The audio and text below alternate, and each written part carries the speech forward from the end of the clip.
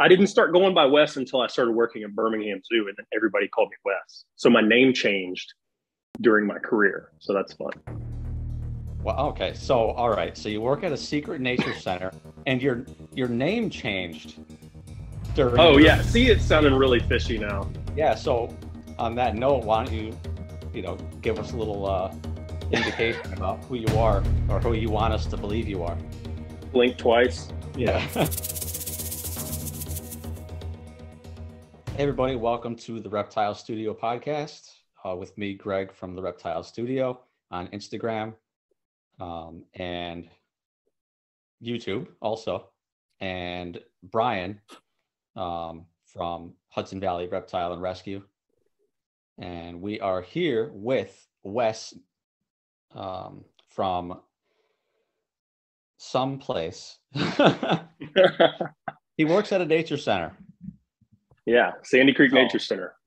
Yeah, it's a secret nature center, and that's all we can say. Top secret. But no, so Wes, welcome to the podcast. Thank you. I really want, for some reason, I really want to call you Wesley. Is your full name Wesley, or is it Wes? Yeah, Wesley's actually my middle name. And I didn't start going by Wes until I started working at Birmingham Zoo, and then everybody called me Wes. So my name changed during my career. So that's fun. Well, okay. So, all right. So you work at a secret nature center, and your name changed during. Oh yeah. See, it's sounding really fishy now. Yeah. Oh yeah. This is gonna be a great conversation. Yeah. So on that note, why don't you give us a little indication about who you are or who you want us to believe you are? Blink twice. Yeah. If you're safe, make sure you're safe. If you're safe, just give us a word. Yeah, I'm actually not in America right now. No, I'm kidding. I'm in Georgia. I work at the Sandy Creek Nature Center in Athens, and it is part of the local government. So I'll go ahead and say my opinions are that of my own. Nobody else. I started at the Birmingham Zoo. I'm from Alabama, and I worked at the Birmingham Zoo for 8 years. And I went through different departments, the children's zoo, which was native animals, barn animals. Then I went into primates, worked in primates for 4 years, and then went into reptiles. And I thought my passion was primates, and then I worked with them. And I wouldn't wish that on anybody, honestly. And then when I got into reptiles, I found my passion. So I haven't been a lifelong, I've always had an interest in reptiles, but I haven't been a lifelong reptile person. So a lot of my experience I've gotten was from the Birmingham Zoo. And then after the Birmingham Zoo, I went into animal control. So I started working for the government, for the city of Birmingham. And actually I joined the Army while I was in primates too. So yeah, there's some more government stuff there. And I was in the military for 9 years, just doing part-time National Guard, Army Reserve stuff. And I did animal control. That's when I came to Athens, and I did animal control for Athens, and then moved into this position at the Nature Center. And how long have you been with the Nature Center? It's been it'll be 4 years about. Oh, so you've been there for quite a bit at the secret undisclosed location. Yeah. I'm not telling anybody where it's at. Don't come find me. Athens. Yeah, it's in Athens. Maybe look it up. You'll probably find it. Maybe. I'm sure. So what do you do there at the Nature Center? So I am essentially the animal caretaker. I'm going to do a lot of quotes now since y'all brought that up. I'm the animal caretaker, but the government position title is program leader. So it's kind of across the board in different facilities. There's a program leader, and they kind of have to label each position a general title. But I manage the animal collection there, the exhibit hall. We have animals on exhibit. We also have animals off exhibit that are used for programs, school programs, off grounds, on grounds. We do birthday parties. That's outside my realm. I don't do the birthday parties. I just take care of the animals. So don't ask me to come do your kid's birthday party because I won't. Understandable. I have a kid though.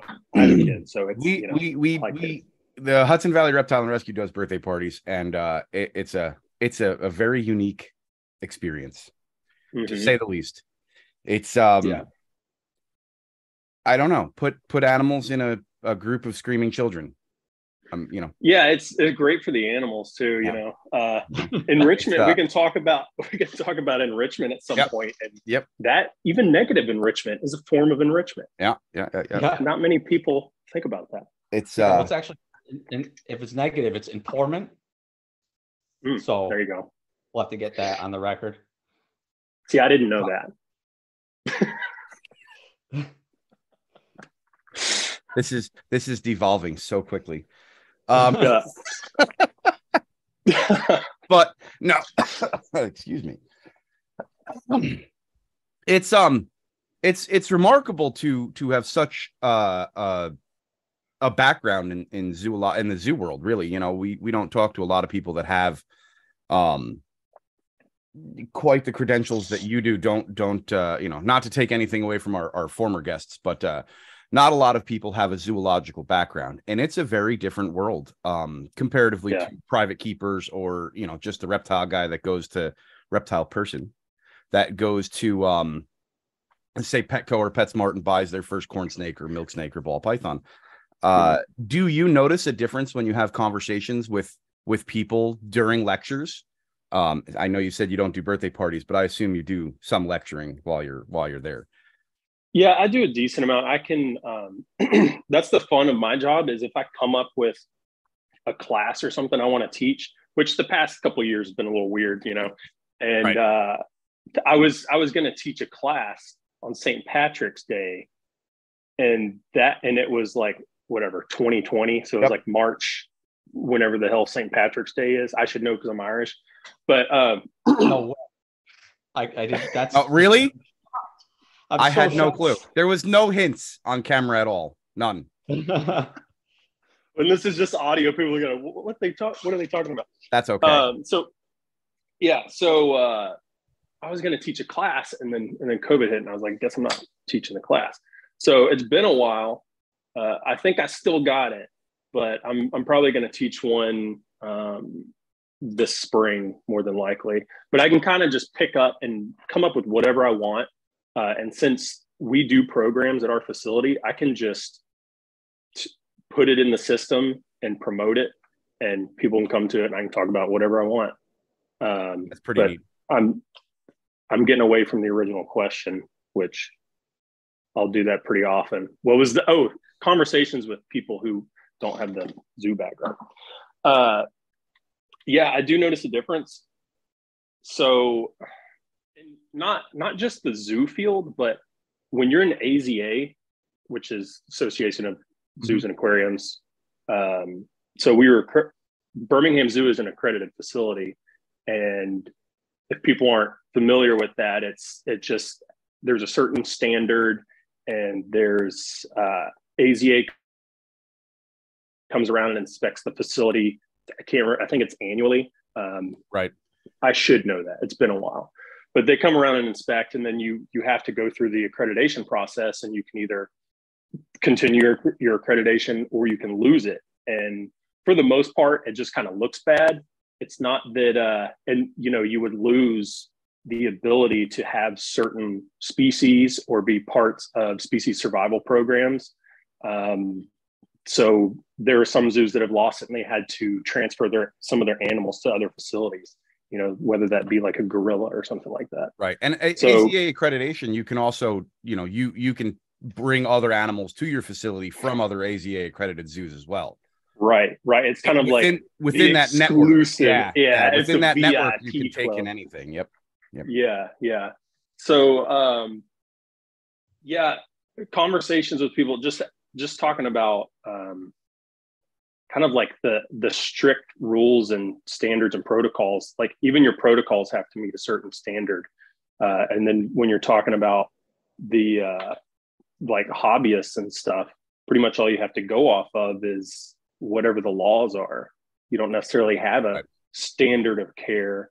And you can look all that stuff up though. You could go on the AZA website and look at husbandry manuals through AZA and kind of see the standard of care that they have. So you can keep up the same standard of care no matter who you are.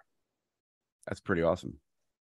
And that's the only within the United States, that's kind of the only defining basic care legislation, isn't it? The AZA accreditation process. There is no real other standard in the United States for reptile care. I know there are standards through the USDA for other stuff, but reptile specifically, the AZA is the only entity that has any kind of mandatory things like enclosure space and diet and regimes and standard protocols. It's a remarkable thing. I mean, the AZA does a lot of stuff. A lot of the zoos here in New York are accredited, obviously. They've been around forever. They're on nationally syndicated television and whatnot, and do a lot of species survival programs and things. So, everything that I'm talking about, I basically got from whether it was reading years and years ago or watching television. That's really, we have a small zoo that's a teaching zoo up the road. It's called the Trevor Zoo, and they are an AZA accredited zoo, and they're very small, but they are, they're associated with a school. And I believe it's a live on campus school, not college level, but like high school level. And they have the high school students come in and do all the care at the end of the day. Like your bell rings and then you go work in the zoo for a few hours. So I always found that was a really neat process. They have things like red pandas, but I'm getting away from my original statement. I'm sorry. But when you talk to people who really have an animal background with some form of basis of training, whether it's the veterinarian field, vet tech, so on and so forth, or it's zoological, there's so many conversations that you can have with people that have that background that you just can't with the pet owner. And sometimes trying to have that explanation of, well, why do you wash your hands in between every species? Well, there is a very big reason, because certain things can bother other species that this particular species could carry. And it's a very simple, you should just wash your hands when you touch any animal anyway. But it's very hard to impress upon people who want to view these reptiles as a pet. My turn to do quotes. Versus the wild animals that most of us who keep them really inherently know that they are. Even your 20-year-old ball python can still create a stressful situation, bite, go off food, become ill. It's very susceptible to wild situations, even though it's a captive animal for over 10 years, 20 years. It's a remarkable situation. I find it absolutely fantastic to talk to both sides of that. In my particular situation, I have the luxury of dealing with people who are like, we've never owned a reptile before and we'd like to adopt one. So when I have that conversation with them, it's not about the, oh my God, you're going to love it, it's a great pet. This is a wild animal. You need to treat it like a wild animal. You need to have your interactions based on its mannerisms. If it thinks you want to eat it, it may defend itself. If if you startle it from a dead sleep because they don't have eyelids and you can't see that serpent is actually asleep, if you startle him, he could bite you. You have to be very aware of what that animal's reaction is going to be to your behavior, because that animal at the end of the day just thinks something wants to eat it, period. I'm going to be eaten.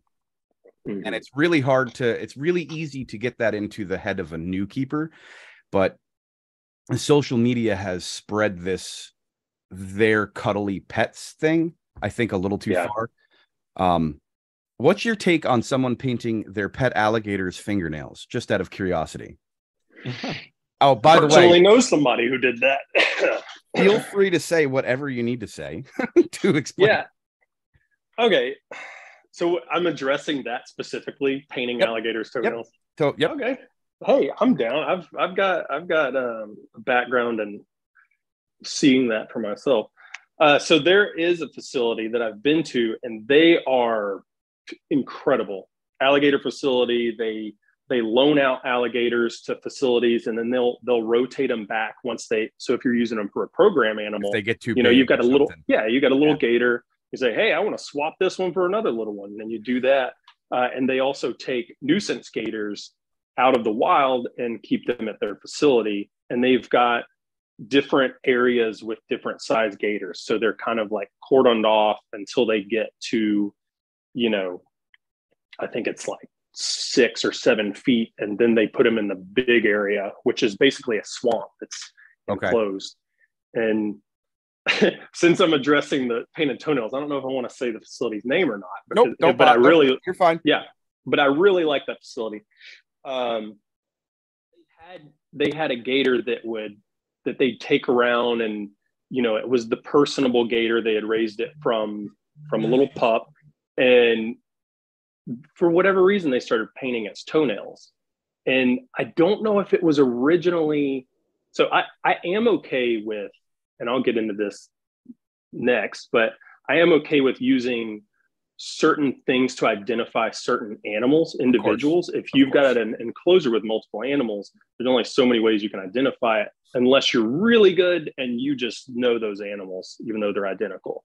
Like we had used nail polish on the top of gators' heads, right? Because that's the only freaking place we could reach without getting we had a big stick with a little nail polish. We're like, come on, don't move. Identification, non-harmful or invasive purposes is completely understandable. Vanity. See the point. I think what they were doing was to kind of, I don't know if it was originally an identifying thing, but it ended up being this animal's thing. Like it was recognized by having painted toenails, and they would take it out, do programs. They'd go to Children's Hospital and have a gator on the table. And I mean, the gator was great, and you know, was really docile, was probably overweight too, which played a factor in it not moving much. But I don't know. But here's the thing: is it doesn't harm the animal, right? So negative could it actually be? But if you're presenting an animal like, oh, this is a cute cuddly animal, and we paint its toenails and we play Barbie with it depends on how people perceive it. It's always someone's perception. Right. That's exactly it. It is literally always the perception of your activities that matter the most. You know, a lot of these people on YouTube who free handle venomous snakes, a lot of them have an immense amount of understanding of the way those animals act, react, and are, you know, for lack of better use of words, mostly safe doing those practices that they're doing because they understand it. But it comes down to, should you be showing other people that particular fact? And I mean, for me, you do you. Whatever you do in your own environment is yourself, and that's completely understandable. But as far as a free medium where anybody could watch, you know, you have 8-year-old kids watching you free handle a king cobra, it's not necessarily the best publicity, regardless of how fascinating or, you know, how it's viewed by the general public. The fact that you can impress this on a younger generation to possibly do the same thing without your training, it becomes a very big gray area of understanding how to interact with animals. I see it with fish a lot. And I see it with reptiles a lot more than dogs and cats and a lot of the other stuff. You know, cats, funny memes all over the internet. They've been there for 15 years. They're never going anywhere anyway. But at the same point in time, you have a lot of people who are now doing funny things with reptiles. One of the things that comes to mind specifically is a few years ago, probably around 8 years ago, there was Chinese water dragons that were being like posed and sat in seats and like very weird things. I remember reptiles. And I specifically remember looking at that and I was like, oh, this is not good. This is not the direction the reptile industry needs to go.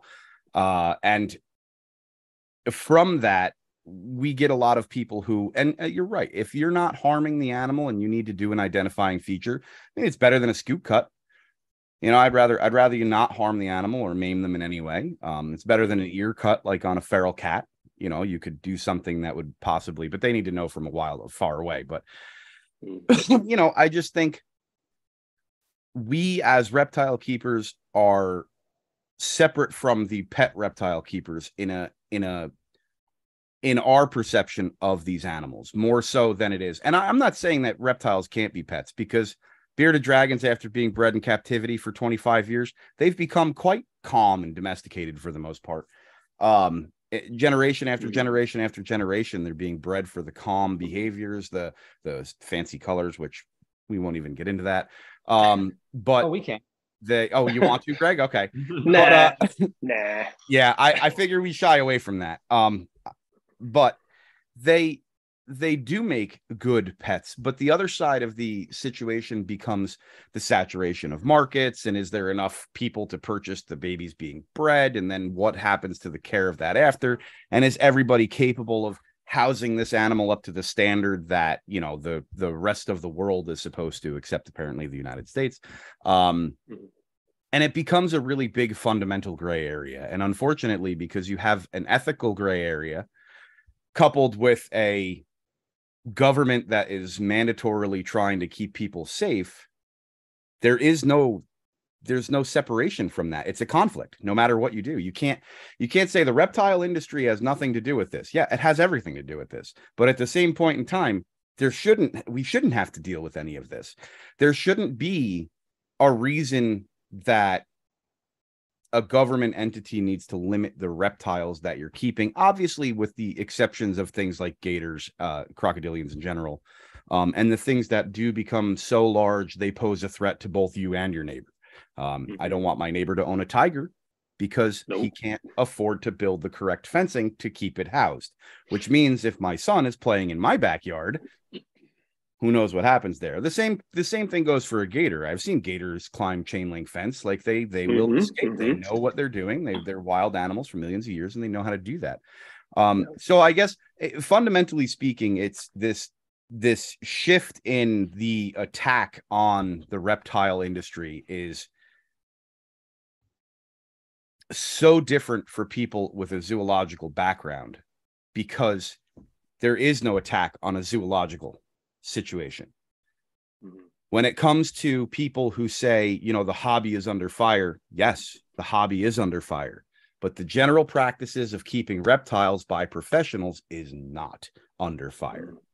And, you know, they can say everything that they want if they've kept reptiles for 25, 30 years, that they have the experience, so on and so forth. But at the end of the day, nobody's been policing their behaviors. Nobody's been policing their care over those 30 years. With an AZA accreditation, somebody is policing that care. Somebody is making sure those animals are being properly vetted and properly taken care of yearly or weekly, whatever the regime needs to be, the standard operating procedure. And I think it's fascinating to see that in our lifetime, because I do a little bit of both. I'm in both worlds. I do zoological stuff because I keep species that some people don't. And I do a lot, and I'm not AZA accredited or anything either, but we do display, we do other things, traveling mostly, trying to promote the safe education of reptiles, less pet, more wild animal. But at the same point in time, you know, I take in probably anywhere between 200 and 300 ball pythons a year, and then try and find them homes. So it's like a big catch-22 for me in the middle of that whole situation, and seeing what everybody else is arguing about, going, no, I mean, of course the market's oversaturated with everything. Look at rescues. Every rescue I know is filled with red-eared sliders. Filled.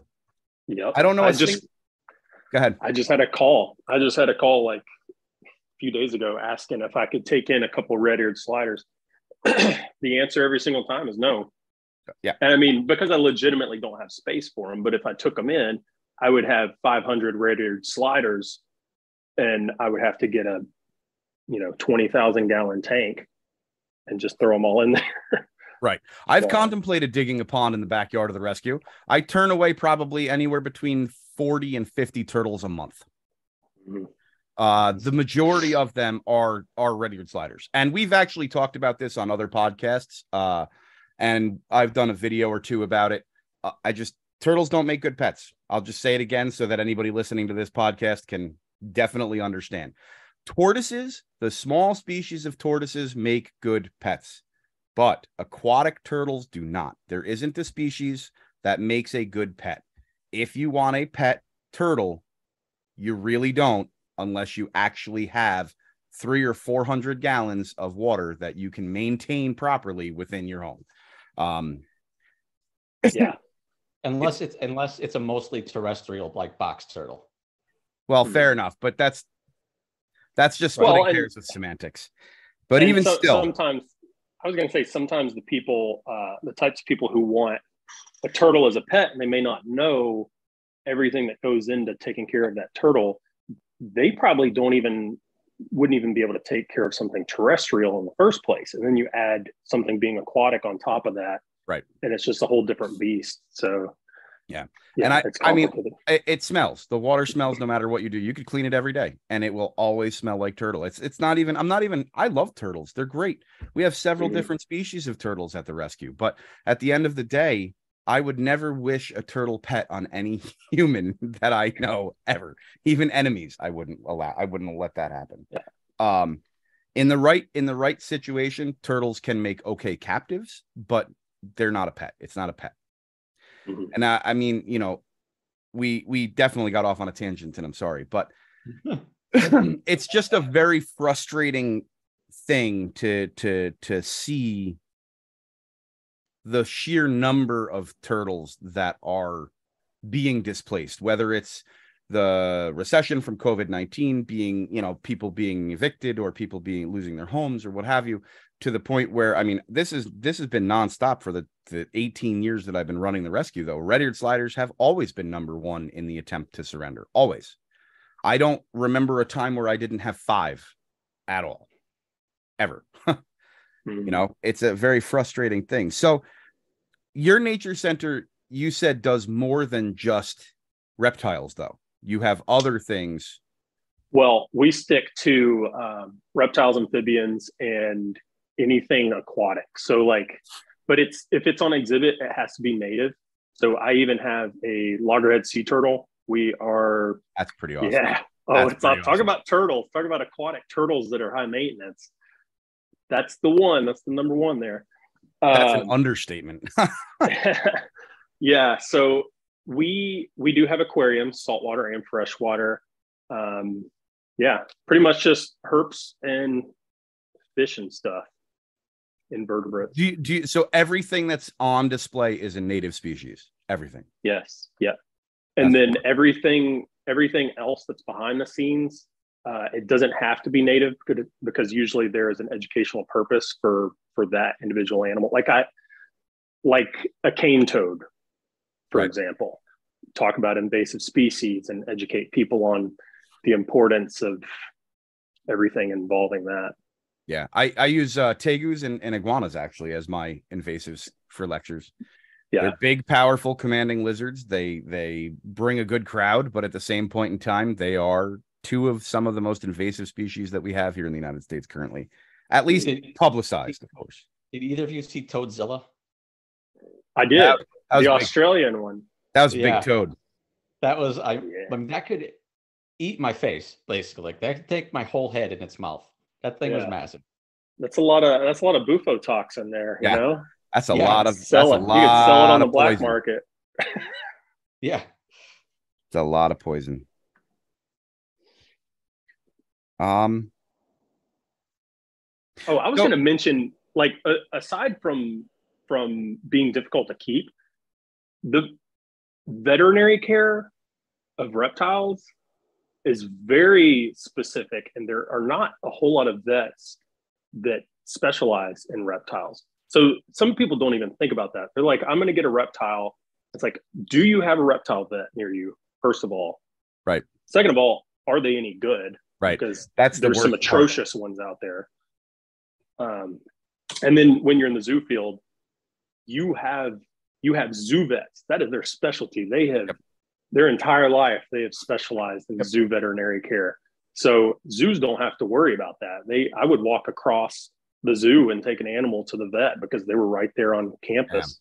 You know, whereas people in the hobby, you have to have somebody, you have to know somebody that's really good. Yeah. And I'll tell you, here in New York, it's very few and far between. You know, I venture to guess that in, say, South Florida, it's probably a little bit more. Every vet sees reptiles quite substantially for 20 years, but man, reptiles weren't huge here in New York, maybe closer to the city, but an hour north of the city where I am, forget it. Half the vets up here didn't know what, they wanted your money. So they would take your animal in and they would charge you the $200 fee and, say, put it on Baytril. And, what do you know if you're a benign keeper in the 1990s, right? You don't know. But a lot of the disinformation that's being shared with pet reptiles originated from bad vet offices. And I know firsthand of one of them, a vet local to me who had been seeing reptiles for 30 years, who retired in 2005, just to give you an example of the time frame when he was seeing reptiles, told a keeper that I sent to that person, that vet office, that they shouldn't keep their bearded dragon on sand, which is fine, and that's a respectable statement, but they should keep them on pebbles instead, like aquarium gravel. So 7 months later, they were back in the vet office. I'm sure everyone here on this podcast and everyone listening at home can guess what happened. And they had to pay for, a $1,500 surgery to be able to remove the pellets, the pebbles, from the bearded dragon's abdomen. Now, this is a clear case of, if you're told to use aquarium gravel for a reptile that eats its food off the ground, it's probably not a good vet. He was good for his day. I'm glad he retired. He taught a lot of people a lot of things, and sometimes he made the wrong call. But overall, I'm sure he did really well. He did really well in his practice. He was open for a very long time. But I found a vet locally that does. She was very big into new medicine in the early 2000s, new reptile medicine. And having a conversation with her compared to all the other vets in my area is like, it's like talking to a guru of reptiles. And this is what you have to do because, this will affect their kidneys, or this bothers their liver, or that. Okay, that's what I need to know. Thank you. That's great. I love it. Great. I'll use this medication over that medication simply because of the less risk factor of dehydration or whatever the case may be. And, a lot of people who haven't had 20 years or even 10 years in around animals in general, they can't pinpoint that difference. So it's like setting up reptile people for failure when you're like, I'm an exotic reptile vet. I'll look at your animal. And then I just, somebody messaged me a couple days ago and they sent me a picture of an imported mangrove monitor with a little bit of a swollen face. I'm not going to say who it is, but it's been swollen for like 6 months and it seems to have gotten worse. And it's been on a course of Baytril. And I said, listen, you need to have them do an x-ray to make sure there's no broken bone. They should have done that immediately, because reptiles are not going to show you that they have a broken bone. And the person was very adamant about, it's eating. I don't think it's a broken bone. Reptiles are going to eat. They need to eat. If this lizard's fear was overcome by its need to eat, it's going to eat no matter what happens. So it could have a broken jaw and it could be a permanent abscess continuing to swell or continuing to be infected, or what the case may be. But you need the vet should have done an x-ray before they just said, oh, it's mouth rot. And here's an antibiotic, especially Baytril. I mean, most places don't even use Baytril anymore, as far as I know. But it's one of those situations where, I think reptile care in general, even in the zoological world, is still in its, I don't want to say infancy because it's not the right conversation now, but it's still very young childhood. It's not something that we've had 100 years of knowing how to keep these animals alive because we eat them, things like cows and sheep and that stuff. We have a lot of our medicine understanding and veterinary care comes out of the need for those animals to pay the bills, to feed our families, to produce milk for the farm, to do all of these different things. And it's been happening for several hundreds of years. Reptiles have only been in captivity for a very brief amount of time comparatively. And we're only just learning. Like the classic example is 20 years ago, people would have said leopard gecko has a 5-year lifespan, right? Now they're well into the teens, well over 15 is average. And it's one of those situations where you're like, oh, all right. So that's what happened to all those leopard geckos. I wasn't taking care of them properly. All right, that makes a lot of sense. And it's just weird to see that over time change. And it's really nice to see that everybody is trying to push husbandry as far forward as possible.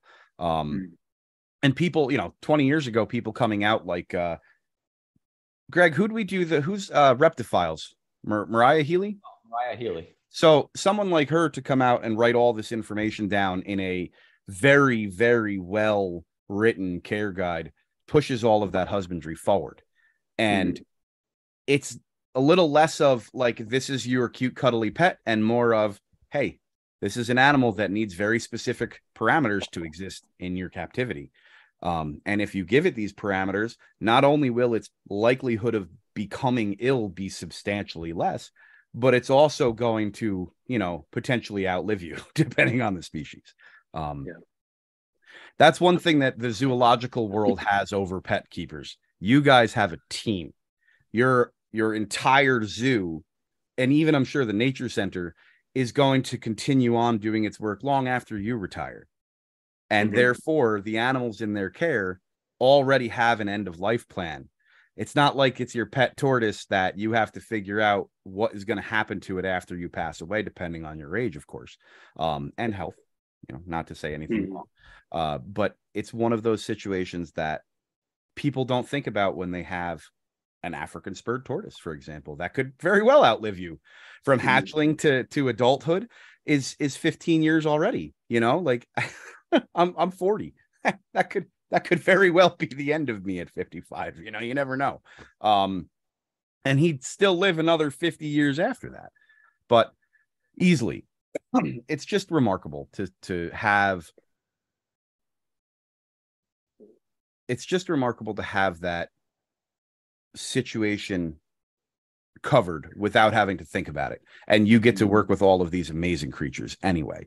I wanted to ask you specifically before I got on that rant that went to nowhere, by the way. I'd like to ask you specifically about the venomous animals that you keep, if you keep any at the nature center. Do you also keep non-native venomous snakes for educational lectures, or are venomous only for your displays? So we do have 3 venomous snakes, and they are native. So we have a copperhead, a timber rattlesnake, and a cottonmouth. And for now, those are the only 3 we have. There's really no reason to get any kind of exotic venomous. At least that's probably what my supervisor would tell me. Because we're not going to cart around, a cobra to different schools and throw it out in the middle of the gym and let kids hoop and holler at it.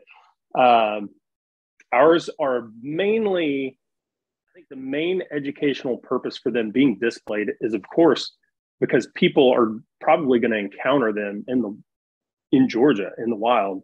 So it's good to get up close, be able to see them, see the identifying features, and get more accustomed to being able to identify them. I couldn't agree more. And 2 of those, all 3 of those species have been in the care of either people I directly know or myself in general. Remarkable animals. And just for the record, canebrake rattlesnakes are the only animals that have ever made me sweat profusely. I don't like working with canebrakes. Oh, really? Yeah, I've worked with northern timbers. I don't know. I think it's because I read something like 20 years ago about their venom being so different than the northern timber rattlesnakes. And I don't know, for some reason. I mean, I've hooked gaboons. I've worked with other animals. I've done a lot of I don't work with elapids at all, just so we're clear, but I don't, I never had a problem with anything. Eyelash vipers, nothing. No bother. Squamatas, no big deal. Okay, they're pretty. Take pictures, get close, no problem. Cane breaks, and I'm like profusely sweating to no end. It's terrible. I have a plan to eventually get a pygmy rattlesnake and an eastern diamondback. Awesome. Those are also native, correct? Yeah, I want all of them except for the coral snake because it seems like a pain in the ass. So I was going to kind of have 5. Pictures of the coral snake will do just fine. yeah, exactly. Their care is actually really hard husbandry wise anyway. That's why I'm not messing with it. Little known fun fact. That's the only time that Jeff Corwin was envenomated, by the way, was a coral snake. Yeah. Oh, really? I didn't know that. He has a tattoo of it on his upper right or left shoulder. I can't remember. Huh. I'm a nerd, man. You have no idea. I do. I watched a video where he was talking about getting bitten by a coral snake. Yeah. I remember it. That. I remember it from a TV show many years ago. He did something and the tattoo showed on his shoulder, and he was like, "Yeah, you see that? That's the only time I've ever been bitten by a venomous snake." And I just retained that knowledge ever since. I don't know what I ate last night for dinner, but I remember that. Yeah, it's a bad day. Yeah. Oh, that's a terrible toxin. So how did the flora and fauna change from Alabama to Georgia? Like, I know you were working at the zoo, but I'm sure you were outside quite substantially as well. But yeah, I mean, it's pretty much the same. I mean, and I pretty much did a parallel. I didn't really change climates much. So I was in Birmingham, and to Athens is kind of almost the same climate. I'm not any further up into the mountains, and I'm not down in the coastal plains or anything. I mean, I kind of figured it was fairly similar in biotope, but microclimates all over the place. You never know, right? Yeah. There is tell us a little bit, like what's some of the craziest things that happened to you? I'm very curious, and we'll probably have conversations about your great ape keeping after the fact. We'll probably have Instagram messages for like the next 2 weeks, because that you said something before we were recording about how you don't wish that on anyone. Being a great primate keeping in general is rough. And, I always equated primate keeping to having a perpetual toddler. Yeah. Because their mannerisms and their behaviors are so identical to, say, like a 5-year-old, 4-year-old, that that's an awful thing. I've had 2 children. My daughter's 14. My son is 8. And I could never imagine going into work every day for 8 hours and having to deal with tantrums of a bunch of children, monkeys. Yeah, it's a daycare. Yeah, it's right. I could, and I mean, but these are like really, this is like, they will pee on you. Yeah. I couldn't handle that personally. I would never obviously harm an animal for any personal gain, of course, or any negative situations. But man, I would, if I got peed on because I didn't give him his last banana or his last apricot or something, I would be like, this is ridiculous. I have to quit. I can't do this anymore. I'm sorry. Honestly, the masturbation, believe it or not, is what gets me. It's, hate to mention it on here, but it's like, you're fine. It's just pretty much all the time, and for no reason. You're like, come on, I just walked down the hallway. What are you excited about? I mean, are you sure? It should have been flattering, no? I mean, sure. Yeah. It's flattering, I guess. Usually there's an orangutan. Maybe I look like an orangutan. You never know. But yeah, I can definitely, I would, that's one of the reasons I like quiet and I like calm. And that's one of the reasons I work with reptiles. Yeah. I think that's why I have tinnitus. But oh yeah. Yeah. Probably. Oh yeah. Just whoop, whoop, like gibbons and stuff.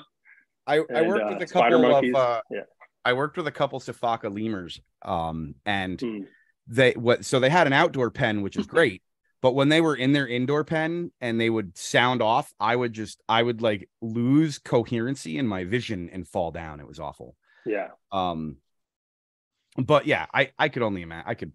You have any funny stories specifically of any example of not masturbation, but any other examples of things that... I do have some of those stories. Maybe I'll just message you. Yeah. Yeah, we'll definitely talk later.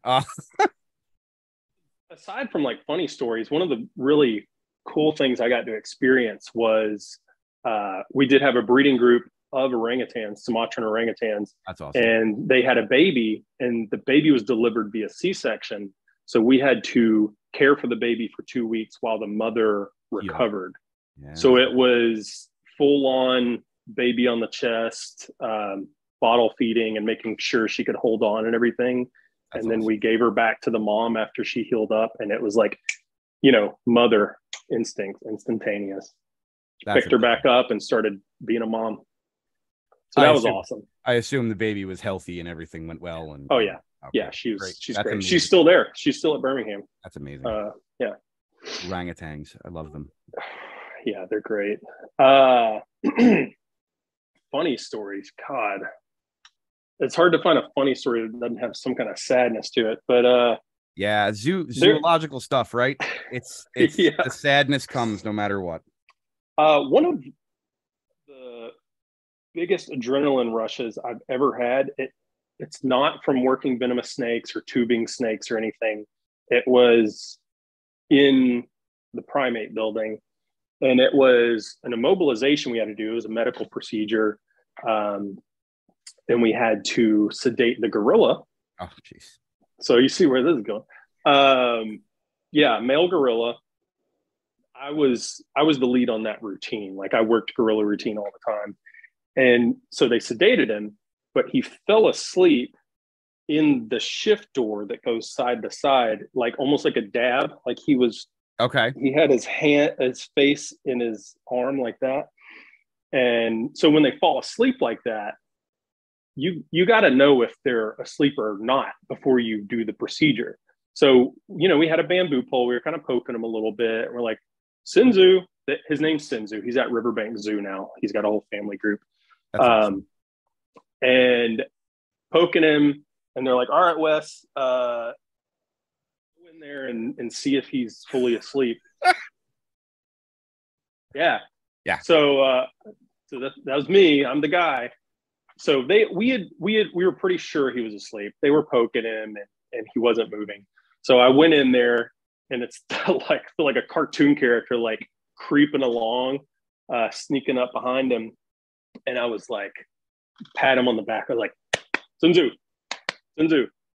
nothing. And then I pull him back and lay him on his back, and his eyes were wide open, like looking at me. Luckily he was sedated, but that freaked me out. I think my heart stopped for probably 5 seconds. Oh yeah.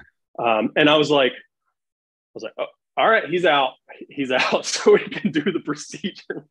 That it was terrifying going in with it. And at the time he was about 450 pounds or so. He was a little overweight, but he's a big guy, capable of ripping you from limb to limb without even thinking about it. Yeah. So yeah, that was exciting. Nope, that's a good on you. I don't think my heart stopping would have been I don't think my heart stopping would have been my complaint. I'm pretty sure needing a new pair of pants would have been. I'd like to think, since we had bonded, if I did go in there and he was awake, he'd be like, hey man, what's up? And we just hang out. High-fiving and hanging out. Yeah. Gorilla high five. Yeah. So what did you do to like build those bonds and to like, to mitigate like bad reactions and stuff? Working every day with them. So that was working every day, doing training sessions, just like we would shift them on exhibit, shift them off, train, put enrichment out, shift them back out. And it was just a constant thing, because unfortunately he was solitary for a while. His father passed away right before I went to primates. And the whole time I was there, they were trying to place him, the SSP was. And that's why he's currently at Riverbanks now with a family group. But these are Western lowland gorillas? Yes. Okay. Yes. Gorilla is the scientific name. It's hard to remember. Yeah. Really? Difficult. Yeah, that's it. So like when he was indoors, sometimes we had to lock them in because of the weather. So like during the winter, he spends a lot of time indoors. We have temperature parameters, couldn't send him outside or give him access until it was a certain temperature. So it was me and him training. Of course, I have to have a secondary keeper if I'm shifting and stuff. But if I'm just sitting down and interacting with him, it can just be me and him. So I would sing to him. I would sing, and he'd do this, what I call like the gorilla purr. He'd be like, ooh, like that. And it's like a good, hey, I can impersonate a lot of primates. I bet you that's a really deep sound too. It's probably it's coming from his chest. Yeah. That's amazing. And just, just creating a bond. So I never was afraid of like what would happen if he escaped, because I also know what has happened in the past. You know, a lot of gorillas, like if aside from Harambe, you know, if a baby falls into a gorilla exhibit, a lot of the times they'll be protective of that, right, of that human. So yeah, I was like, I'll just lay down and act as small as possible and be like, Sinzu, it's just me. Come help me. I need your help. Worry. I know where the food is, man. I've got access to the fridge. Yep. What did you do to, how did you, when you said shift them? So what did you do to do that, to accomplish that? By shifting, I just mean like moving from one area to the next. And there's these big shift doors with locks on them and stuff. And you have to have a secondary keeper when you're moving a class 1 dangerous animal. So you are the like the object that they're following then, right? Like basically, well, he was also trained to shift. So he had a station. We trained him to station on one side of a holding, and we would say hold. He knew hold. And then we would open the door and we would cue shift. He'd shift, we'd bridge, and then close the door. And then if we were continuing to go down, he would hold in another spot. Yeah, so it's like visual and vocal cues to get him to do that. Mm-hmm. Interesting. Was he stubborn, or did he do it pretty good? Oh, he was great. He every now and then he'd get a little pissy, and like if he didn't like being locked in, like if it was cold outside or something. So you would ask him to hold in his station, and as soon as you started to, because we had guillotine doors, and as soon as you would start lowering the door, sometimes he'd run up and beat the shit out of the door, and it was so loud because it was a huge steel door, and it would move around in the track a little bit, and right, just be like boom, boom, boom, boom, boom, boom, boom, scare the shit out of everybody. Yeah, nothing but raw power, man. Yeah, it's a lot. That makes me wish that snakes had outer probably to be able to able to hear, you know, because it would probably do some verbal cues. Yeah, it'd probably make things like shifting from one place to the other a little bit easier. Mm-hmm. You know, a snake moves at its own pace regardless. And when I'm trying to get my carpet python out of the enclosure into another space so I can work so I can do something in the enclosure, sometimes it's, you know, 2 minutes, and sometimes it's 45 minutes, literally. Yeah. You know, I was going to say, there's a lot of places that do, like they'll shift their cobras into holding areas to work them. And I mean, cobras are super smart and, you know, they're food motivated, but of course a snake is a lot harder to motivate than a predator like a tiger or something, right? You know, or even a gorilla. A gorilla is really food motivated, so it's really hard to transfer that over to snakes. I was just laughing. Sorry, I was definitely not laughing at you. I was just thinking to myself when you said that gorillas are food motivated, that I'm very food motivated as well. Yeah, same.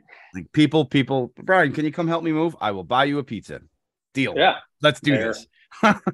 Yeah, it's always true. When someone asks to help move, the first question is, "Will there be pizza?" Yeah, will there be? Like, moving and pizza go hand in hand. If you don't have pizza, then you're on your own. Yeah, can't hold this couch without a piece of pizza in the area. Yep. Yeah. So what are some of the animals you worked with at the zoo? Most of the reptiles that you worked with that you are working with currently are native to Georgia. But I'm very curious what you might have interacted with as far as, and it doesn't have to be venomous or anything fancy, you know, just something that was really neat at the Birmingham Zoo. Reptile wise. Okay. I was going to say, I made a list at one point. It was like, I swear it was like 500 animals, like over the course of, because I swapped departments all the time. Right. But yeah, I would say reptile wise, one of my favorite, actually, I've got probably 3 favorites. The Komodo dragon. I got to work him. He was a big male. He was probably, I think he was like 8 feet long. And then the male Eastern indigo snake we had, who was just a beast, and then gators. I love gators. Yeah, gators are brilliant animals. The indigo was full grown. Was it? Did you handle him quite substantially and often? Yeah. He was one of the most handleable snakes I've ever worked with, and I hate to say this, but he almost had like this puppy, like a dog mentality. It's like you go in and it's like he approached you, and whether that was food motivated or not, you could sit in the exhibit and he'd just like crawl up in your lap and hang out. I mean, they do say that societies create or intelligence creates society. And indigos are some of the most intelligent species of snake that we have found so far. Obviously, our knowledge of how intelligent most snakes are is very, very benign, very low. But the indigos have been tested at length, and they are absolutely brilliant problem solvers. And part of intelligence, like I said, comes to social interactions. And they're a really social species. And I feel like that could very well not be an anthropomorphized situation that you're talking about. It could very well be just a product of their social behaviors. They might see you as comfort or see you as some other thing that we don't yet understand, to make it safe, to make it whatever the case may be that drew that animal to you. Because obviously most of the colubrids I work with, if they're food motivated, it's usually an open mouth moving towards me pretty quickly.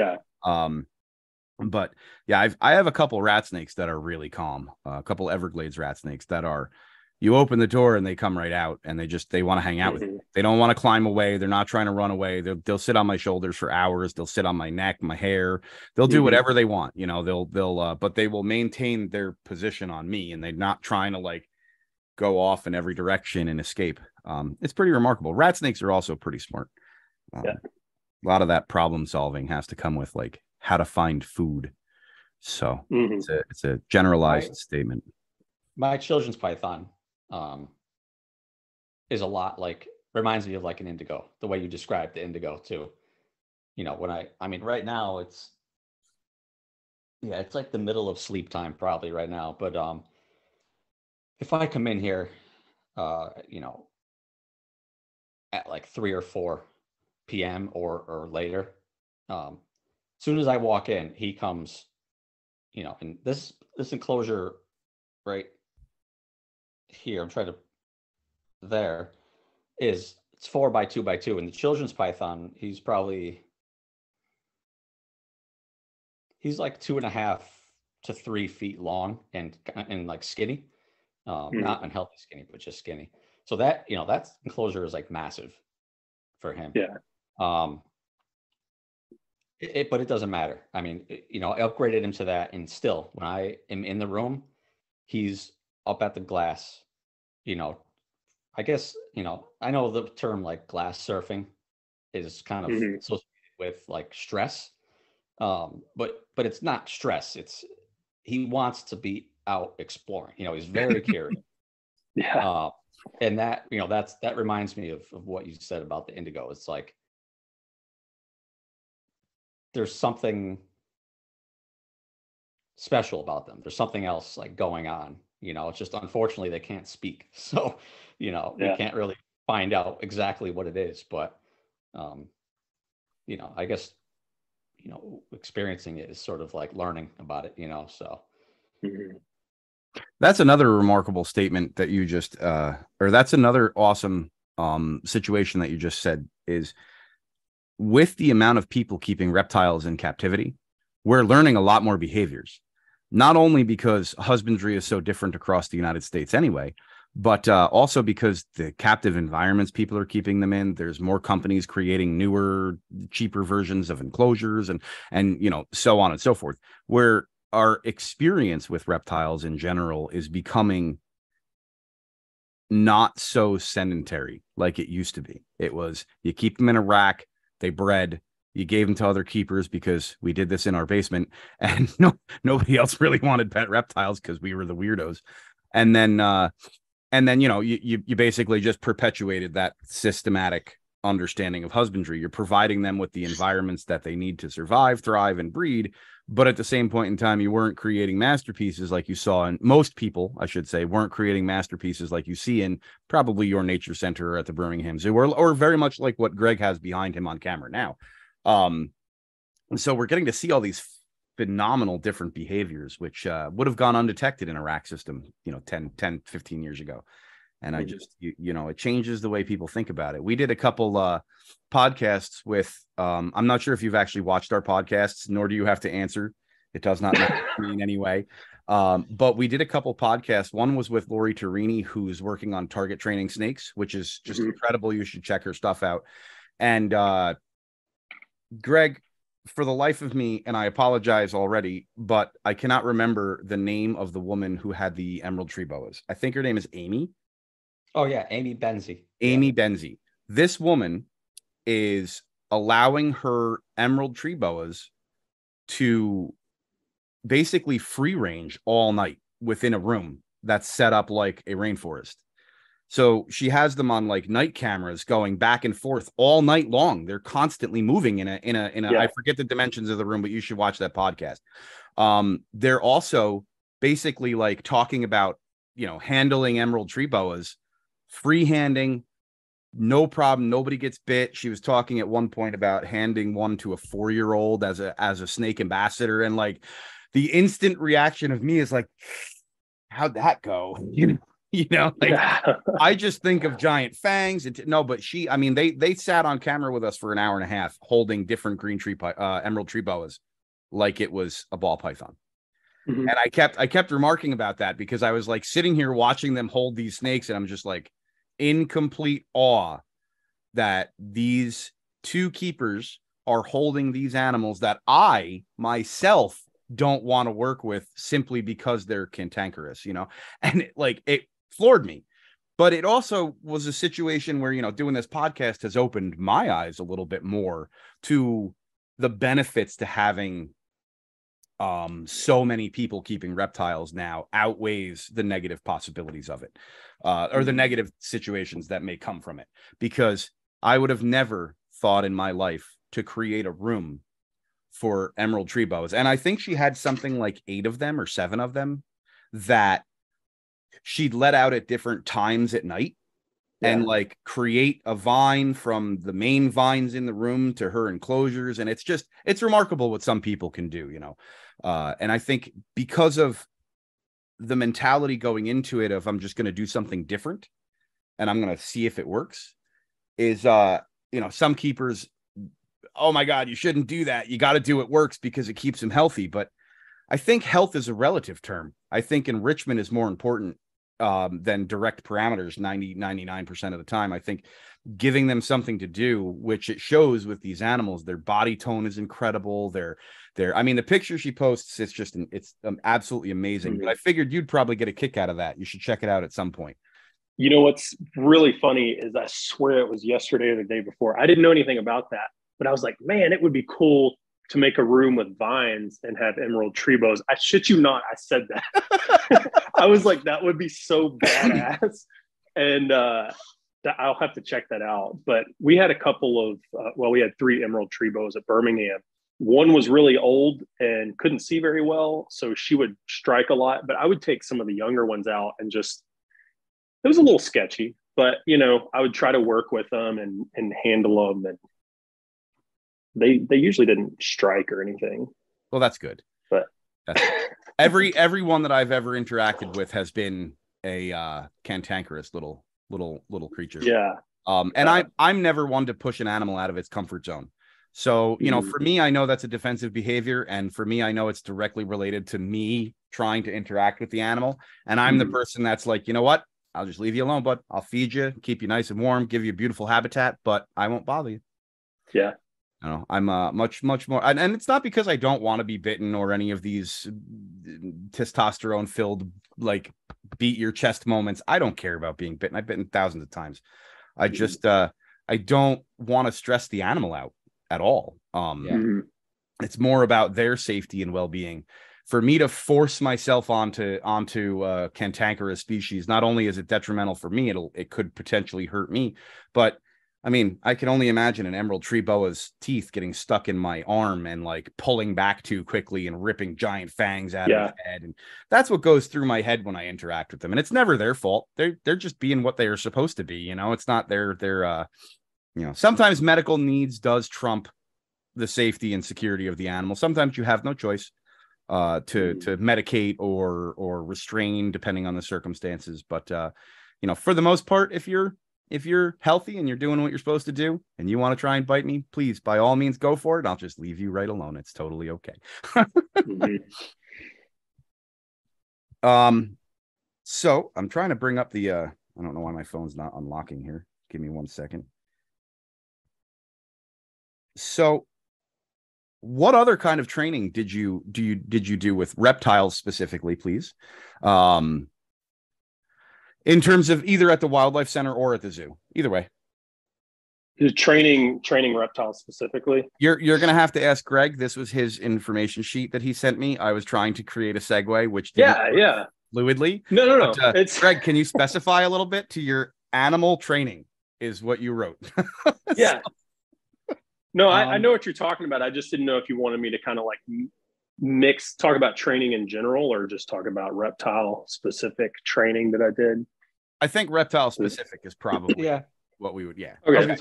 We talked about, you know, what I was hoping is like talking about the gorillas or the the primate would kind of like segue into that, and it sort of, you know, that. Oh, Brian I can't focus. That didn't work. Which is totally fine. No, that's fine. Expound on it. Yeah. So reptile training, of course, we weren't training every species by any means, but we did a good bit of training with the Komodo dragon, which some facilities do, you know, free contact with Komodos. We did not. We were not allowed to. So we had to do protected contact training, which makes it a little more challenging. So he had an indoor holding area and it had mesh. So we had to train through the mesh, which was pretty much mostly target training.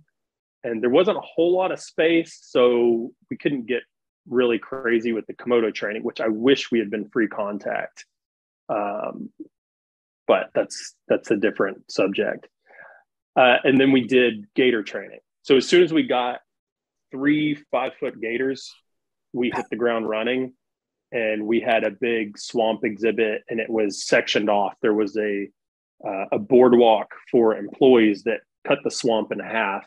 So, and we had a shift door, so we could shift them from one side of the exhibit to the other. So we had them target trained, we had them station trained, and we were working on the shift training. It was a little with 3 males. They were 3 males.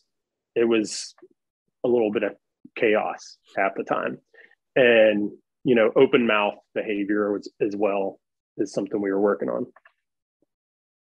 Yeah, I know as far as like how the dragon thing goes, that it's hard to know exactly what you can do as far as like you know, like for a private, you know, I think there's only 2 like private zoos that have Komodo dragons in the US. So there's not a lot of like information, you know, as far as what you can do. But the little bit that I've seen, you know, with Komodo dragons is like, it seems as though they're just like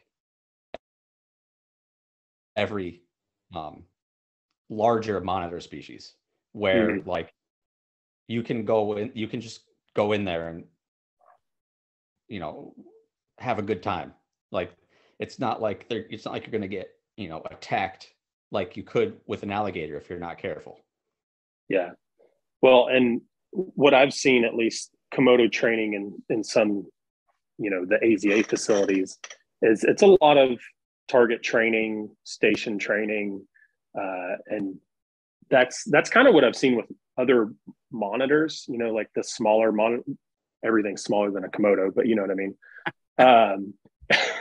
Smaller monitors, just a lot of target training and station training. And it's really beneficial if you want to be kind of hands off and, you know, get them to certain areas.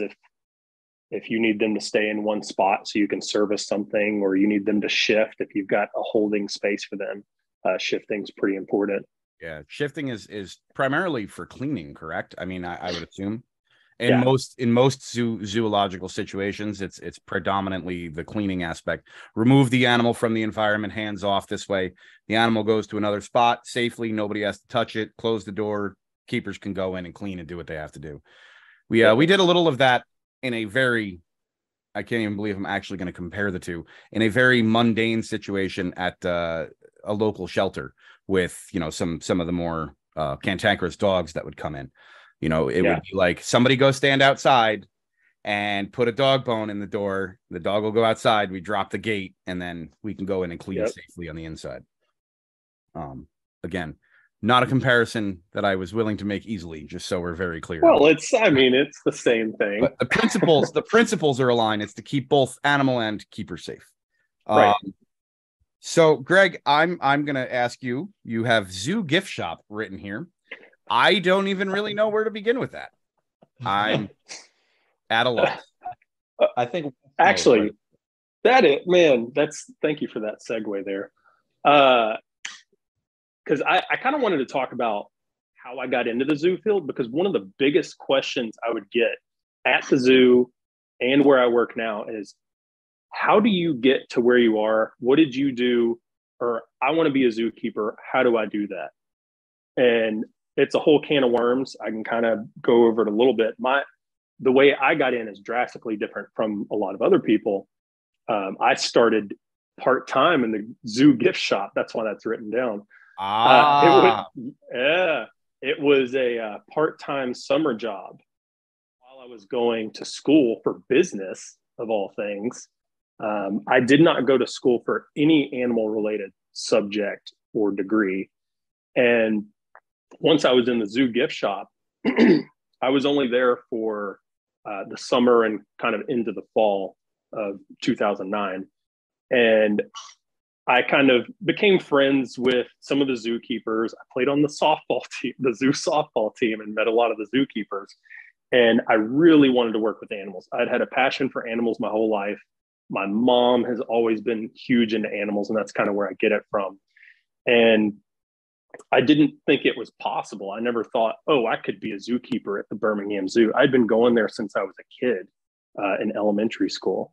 Right. And so once I realized it was something attainable, I pushed for it. And I was applying to different animal positions and just convincing them, hey, I love animals and I know about animals, and I think I could do a good job. So I started part-time in the children's zoo.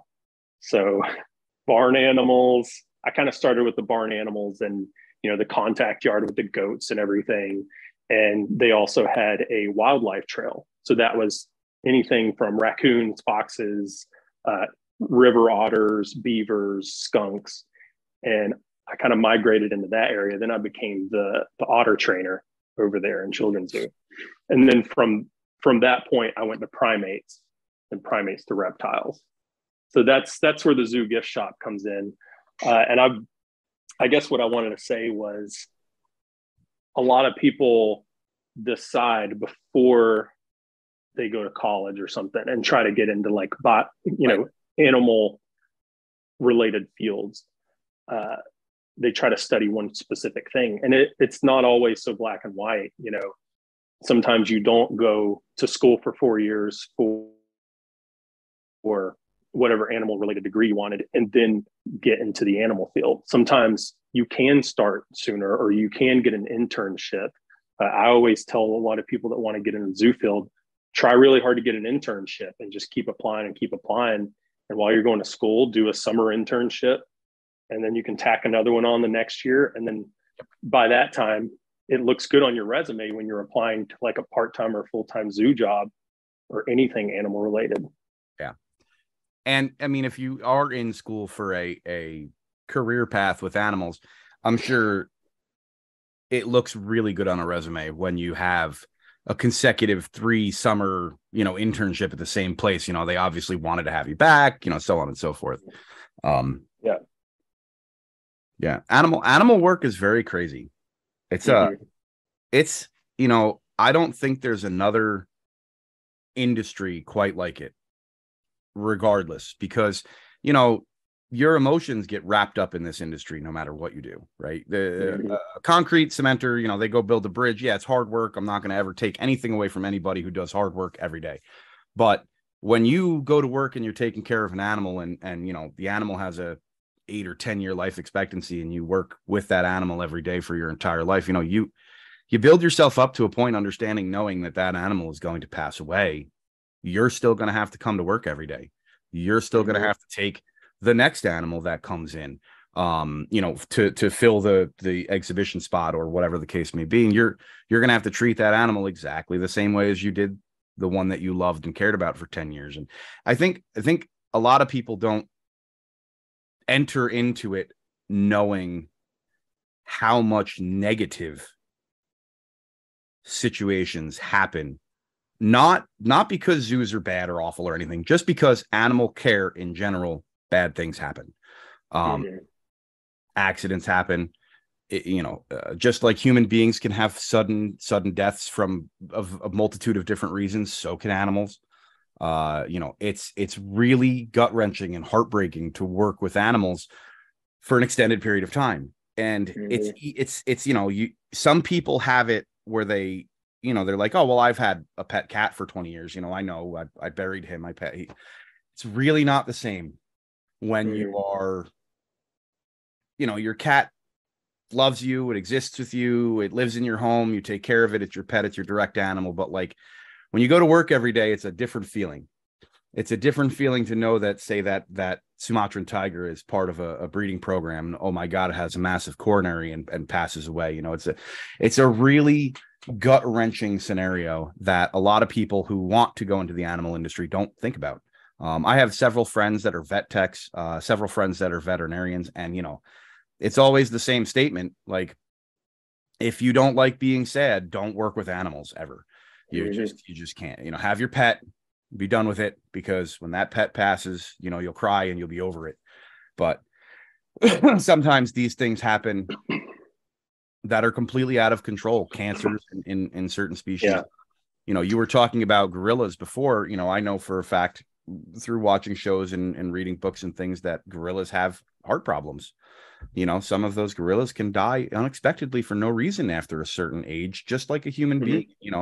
If they're in the middle of a breeding program or they're part of this other zoological entity trying to further the species and whatnot, that's a huge hit to the longevity of an animal that should be in nature, that humans might be encroaching on their environment or whatever, causing them to have less numbers in the wild. And it just really sucks when those unexpected things happen and there's no explanation except for, this is what happened. You have to come to work tomorrow. You can't, you can't not. All the other animals that you care for on a daily basis need you, period.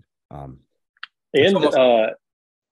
was going to say, to expand on that, go for it. If you were to, in the zoo field, if you were to accidentally let an animal out.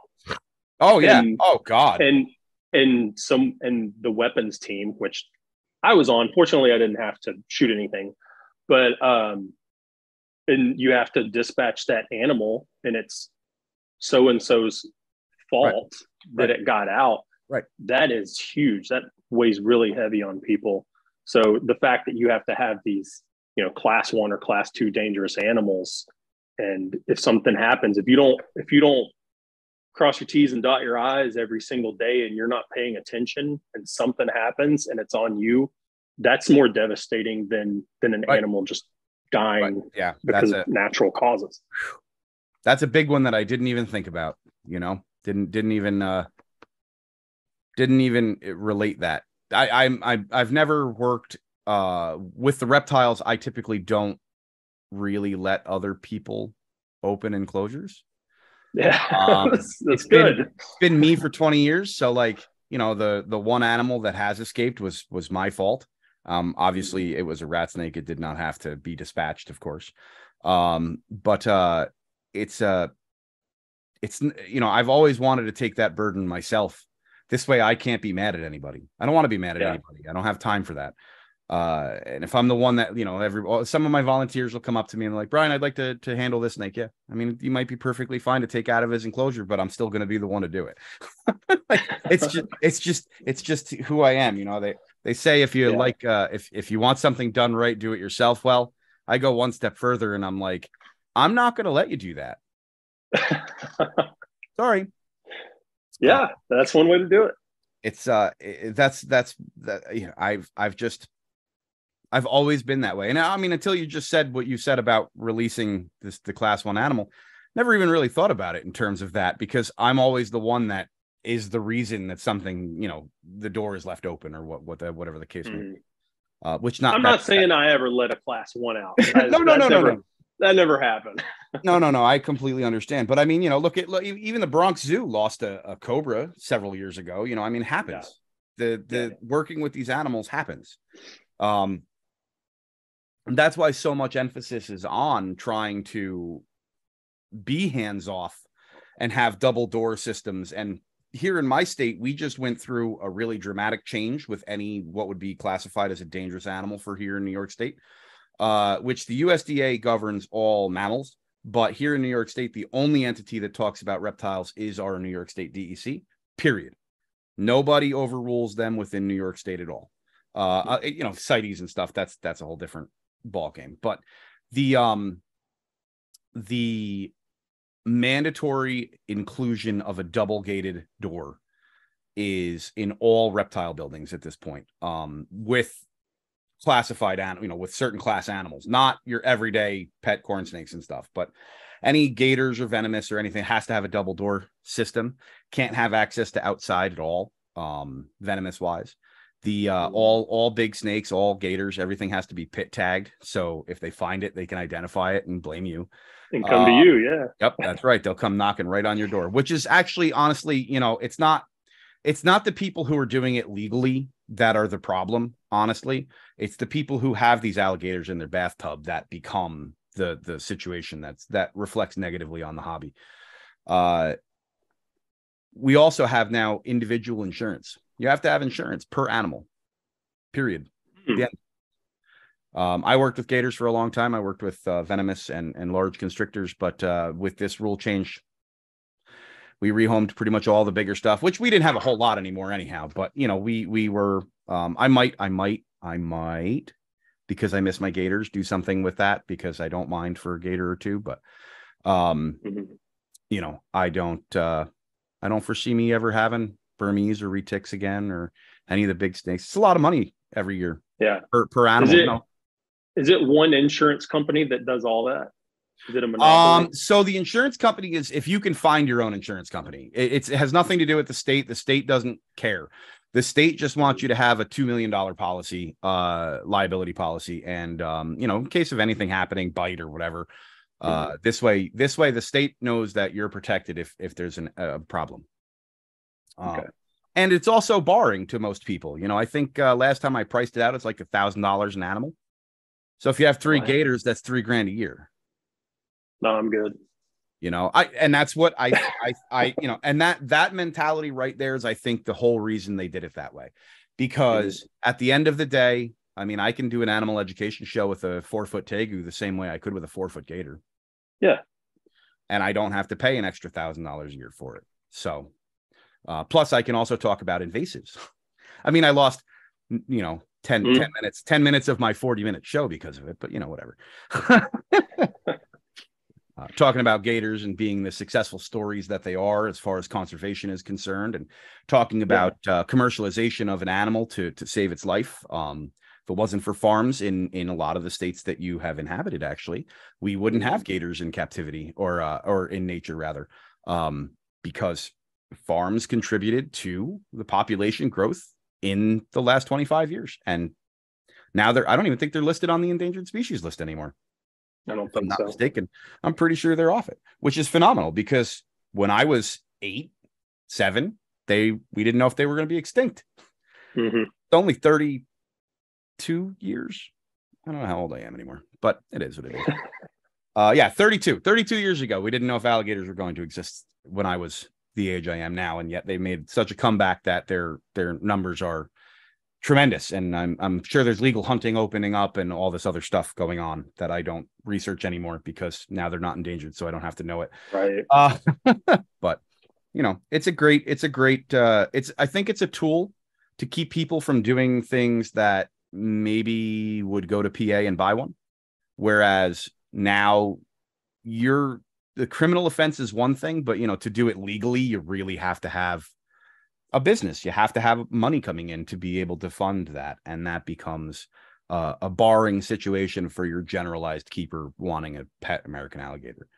You know, or venomous snake here in New York State as well, which I think the venomous was right around a G also per year, per venomous. So, you know, you have 2 rattlesnakes, which let's say we have 2 animals here. What do we have? We have an Eastern Massasauga rattlesnake. You'll probably never see them. Their population is very small and barely exists in New York. But the timber and copperhead, you know, that'd be $2,000 a year just to have them on display. I can't justify that, right? I just I'd love to work with them. They're fantastic animals, but I just can't. Where we barely keep the lights on as it is in terms of, you know, being a privately non-funded, publicly organized group.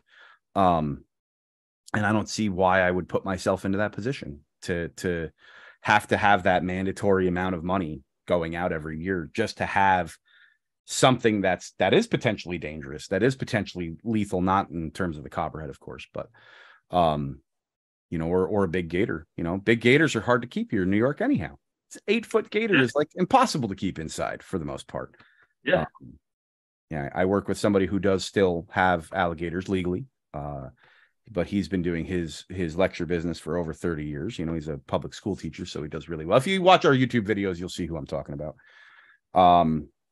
Actually, we have a training video up on Instagram you'd probably get a kick out of at some point if you ever have a moment. Yeah. But it's you know, the situation is changing all over the country in terms of private reptile keeping.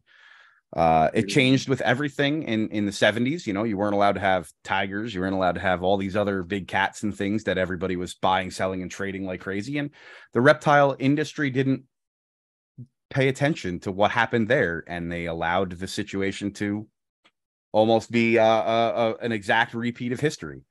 Right? If they keep finding alligators in parking lots, in boxes, they're not going to allow people to keep these animals, period. It's, you know, like, let's.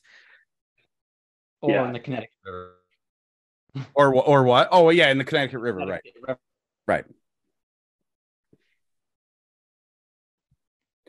But it's craziness. What do you keep, Wes, yourself? Personally? Yeah. A Western hognose. That's awesome. That's it. Awesome. If you were to keep one species, I was willing to bet it was going to be a hognose. Yeah. I was telling Greg earlier that it's a common misconception, you know, that I have a lot of reptiles, and I don't. It's always been my profession, you know. I work with animals professionally, and I know there's a lot of people that are totally fine with like, oh, I'm going to take care of 100 animals at work, and then I'm going to go home and take care of 100 animals. And, you know, it's not realistic with everybody. I mean, I'm sure I'll expand on that hognose. And yeah, I mean, but you also get to keep a whole group of animals at work, right? Like you just said. Yeah. So why would you want to double that? I mean, I worked for an animal shelter and ran the rescue at the same time for many years. And during that time period, you know, my Saturdays were all dedicated to more animal cleaning. Yeah. I'd work Monday through Friday, and then Saturday I'd wake up at 8 a.m. I'd turn on some Metallica because I could listen to what I want instead of what they made me listen to at the shelter. Yeah.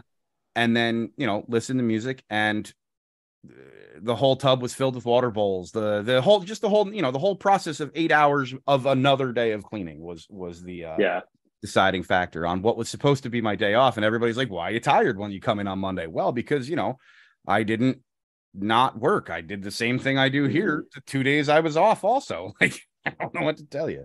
Well, and honestly, like when I'm at work, it feels like my personal collection anyway, because I'm managing that collection, and changing stuff constantly and doing the animal care, and it's fun to me and I enjoy it. So it's not really, it doesn't feel like a job to me, and it does feel like I'm just going to do my own personal animal care. Right. And you love it. And that's a beautiful thing. Passion for animals is 90% of the beginning steps into the hobby. Remaining passionate. How many years did you say you've been doing this? A long time, right? If I'm not mistaken.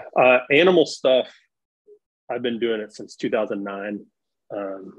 So long time. 12 years, 15 years, something like that. However long that is. I don't know. I'm not going to math. It's Saturday or Sunday. I don't have to math today. But yeah, you know, keeping the same passion you had walking into it and remaining that way for 10 or 12 years later is remarkable. It's absolutely fantastic. I'm sorry, Greg, I know I cut you off. I apologize. Please I was just trying to think of what I was beginning to say, and it's totally gone. That's okay. I'm completely batshit myself at the moment. Well, I mean, this is a good spot to end it, I feel like, anyhow, talking about the longevity of you working with animals and whatnot. And I definitely appreciate you coming on. I mean, you know, I'm definitely going to message you later. Yeah. You will probably get sick and tired of hearing from me. But yeah, I mean, you know, it's great to meet you and you as well. Digital Landia or whatever you want to call it. But we appreciate you coming on. I think your insight is valuable. Go ahead. I just remembered I have to say it. Is there, because it's a nature center, but it's a government thing, there's no way that you would be able to like expand the education part of that to like YouTube? Is there like, if you wanted to do like a YouTube channel that there? Yeah, I could do that. We do have like the local government, we do have our own PR department. And as long as it was okay with them, you know, we don't have a nature center YouTube page, but we do have a Facebook page. We don't get into Instagram. I'm on Instagram, obviously, but our nature center doesn't have an Instagram. But if I wanted to start a YouTube and just do educational videos, I think I could do that. And I would just have to clear it with everyone. I'd have to do paperwork and stuff to get the YouTube channel. Yeah, because I was going to say I could probably do the same thing personally. I mean, I do have a YouTube page personally, but I don't use it that much.